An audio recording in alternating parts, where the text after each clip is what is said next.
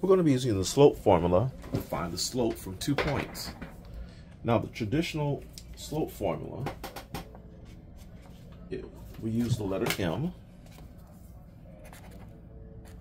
and we order things this way. We say y2 minus y1 over x2 minus x1.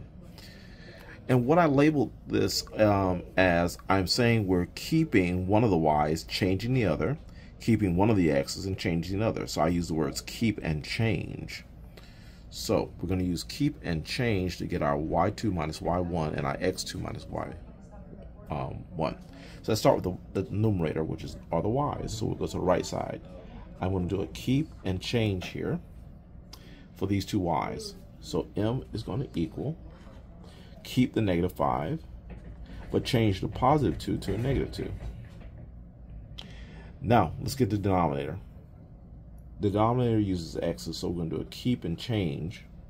So we're going to keep the +3 and change the -1 to a +1. And so this is all I keep and change. Now we're going to simplify.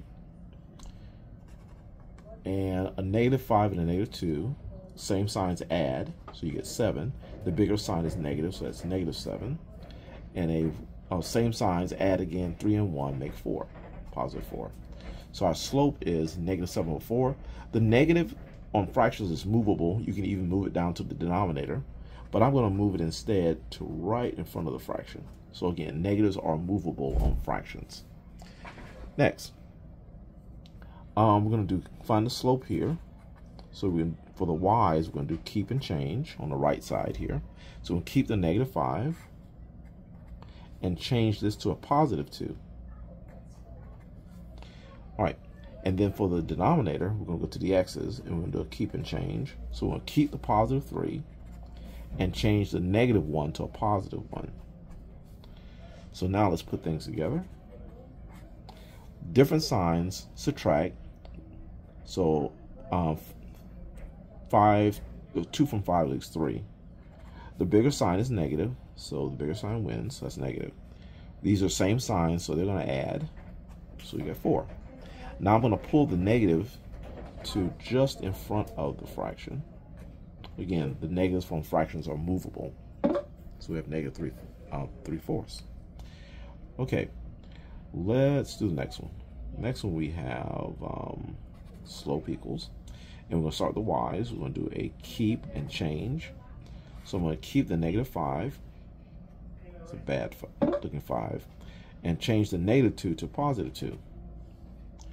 And for the x's, I'm going to keep the -3 and change the -1. So keep -3, but change -1 to +1. So keep and change. So what I get when I simplify, different signs subtract, so 5 take away 2 is going to be 3. The bigger sign wins, that's -3. And here different signs going to subtract, so 3 take away 1 is 2. Bigger sign wins, so we have a -2. Now we have two negatives here. When two negatives combine, it becomes a positive, so this will be +3/2. And the positives are understood, so we can just say 3/2. Lastly, we want to find the slope of these 2 points, so we're going to do a keep and change for the y's on the right side here. So we're going to keep the -8, but we're going to change the -2 to a +2. For the x's on the left side, we're going to do a keep and change. Keep the +4, but change the -8 to a +8. Now let's simplify these. Different signs subtract, so 8 take away 2 is 6. Bigger sign wins, so there's the bigger sign, so that's a -6. And here, same signs add, so we're going to add 4 and 8, we'll get 12. Now I'm going to simplify this by dividing both numerator and denominator by the greatest common factor, which is going to be a 6.